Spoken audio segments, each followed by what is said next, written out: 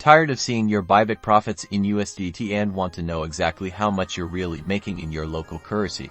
Let's dive right into how to change your Bybit display currency so you can see all your balances, trades, and P&L in your preferred currency, making everything crystal clear. First things first, log into your Bybit account, then look at the top right corner of your screen and click on your profile icon. It usually displays your profile picture or initials. From the drop-down menu that appears, select Account and Security. This will take you to your account settings page.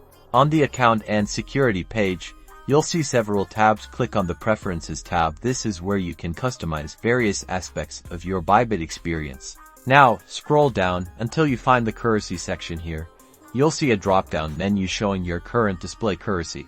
Click on the drop-down menu to reveal a list of available currencies. Browse through the list or use the search bar to find your desired local currency.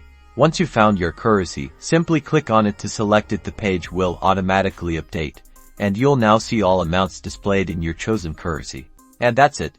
You've successfully changed your Bybit display currency. Now you can easily track your crypto investments in a currency you understand. Remember to like and subscribe for more helpful Bybit tutorials.